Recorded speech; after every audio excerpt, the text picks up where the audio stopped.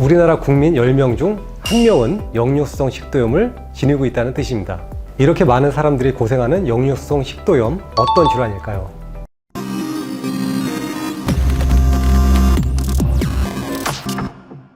안녕하세요, 닥터 제이입니다. 여러분들 속쓰림으로 고생하시는 분들 많으시죠? 그래서 오늘은 역류성 식도염에 대해 알아보도록 하겠습니다. 역류성 식도염의 유병률은 10%라고 하죠. 즉 우리나라 국민 10명 중 1명은 역류성 식도염을 지니고 있다는 뜻입니다. 통계에 따르면 매년 역류성 식도염으로 고통받는 사람들은 늘어만 가는 실정입니다.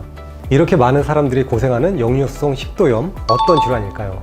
위산 역류가 있으면 여러 증상이 생길 수 있습니다. 자주 속이 쓰리고 저녁에 누우면 신물이 넘어오고 목에 뭔가 걸린 듯한 느낌이 나거나 심지어는 기침이 나기도 합니다. 그렇다면 이런 증상은 왜 일어나는 것일까요? 그 이유는 위에 머물러 있어야 할 위산이 어떤 이유에 의해서 식도로 넘어오기 때문입니다. 이 식도는 위산을 견딜 수 있는 조직이 아니기 때문에 식도의 자극에 의해서 이런 여러 가지 증상이 발생하게 되는 것이죠. 그렇다면 위산은 왜 역류하는 것일까요? 연구에 따르면 가장 큰 요인은 비만이었습니다. 직관적으로 생각해 봤을 때 비만이 되면 복압이 올라가고 위를 압박하게 되고 치약을 짜듯이 위산이 역류하게 되는 것입니다. 그 외에도 흡연, 커피, 탄산수, 차, 또 여러 음식과 신체활동 부족이 위산 역류와 관련이 있었습니다. 한 연구에서 요인별로 위산 역류의 위험도를 조사해 봤습니다. 그랬더니 비만하지 않은 사람은 비만한 사람에 비해 30%나 역류의 위험이 낮았습니다. 여러 음식 중에는 어떤 음식이 역류 증상을 가장 악화시킬까요? 누들, 즉 면을 드시는 분들은 역류 증상이 훨씬 심했습니다. 평소에 속이 쓰린데 라면을 좋아하신다면 특히 주의하셔야 합니다. 그리고 일반적으로 잘 알려진 내용은 아니지만 사실은요, 스트레스도 역류성 식도염과 연관이 깊습니다. 화병이 역류성 식도염의 원인이 될 수 있는 것이죠. 이런 원인들을 보면 역류성 식도염은 생활습관병이라고도 할 수 있습니다. 역으로 역류성 식도염을 고치기 위해서는 생활습관 개선이 중요하다는 것이죠. 그 중에서 장기적으로 가장 근본적인 것은 복압을 낮출 수 있는 체중 감량입니다. 그리고 평소에는 먹고 바로 눕는 습관을 피하셔야겠죠. 식사로 위산이 분비된 상태에서 눕게 되면 물병을 쓰러뜨려서 안에 있는 내용물이 쏟아져 나오게 되는 상황이 되는 것이죠. 또한 위식도 괄약근을 느슨하게 만드는 흡연을 줄이셔야 하고 위산 역류를 악화시키는 음식물을 주의하셔야겠죠. 특히요, 야식으로 먹는 라면은 치명적입니다. 그리고 스트레스에 따른 위산 역류라면 당연히 스트레스를 줄이셔야죠. 이런 지속적인 생활습관 개선에도 증상이 지속된다면 약물을 활용하셔야겠죠. 역류성 식도염에 대한 가이드라인에서는 1차 치료로 위산 억제제를 권장하고 있습니다. 대표적인 위산 억제제는 양성자 펌프 저해제입니다.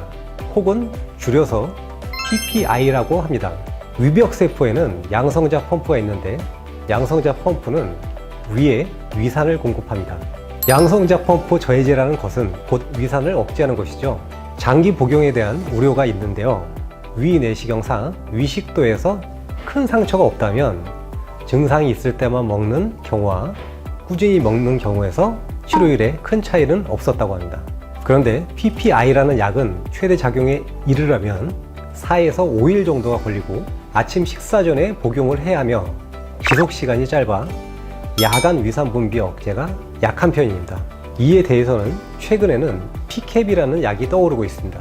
P캡의 장점은 복용 첫날부터 최대 작용을 나타내고 식사 시간에 상관없이 복용이 가능하며 야간 위산 분비 억제도 뛰어난 편입니다.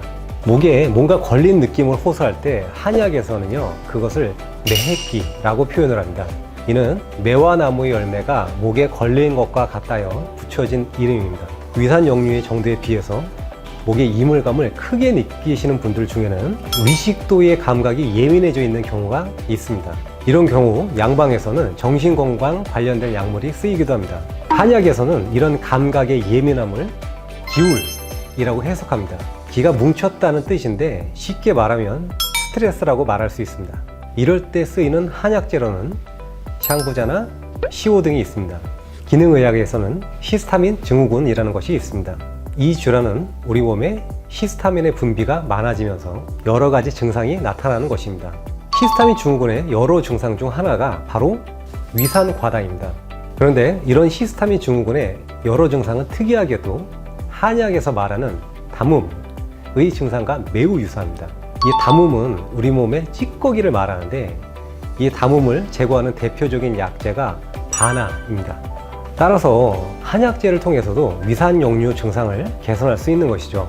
아참, 한 가지 팁을 더 드리자면 심호흡을 하면 위식도 과래근을 조이면서 위산역류를 줄여준다고 합니다. 자, 도움이 되셨다면 좋아요, 구독 눌러주시고 저는 다음 영상으로 찾아뵙겠습니다.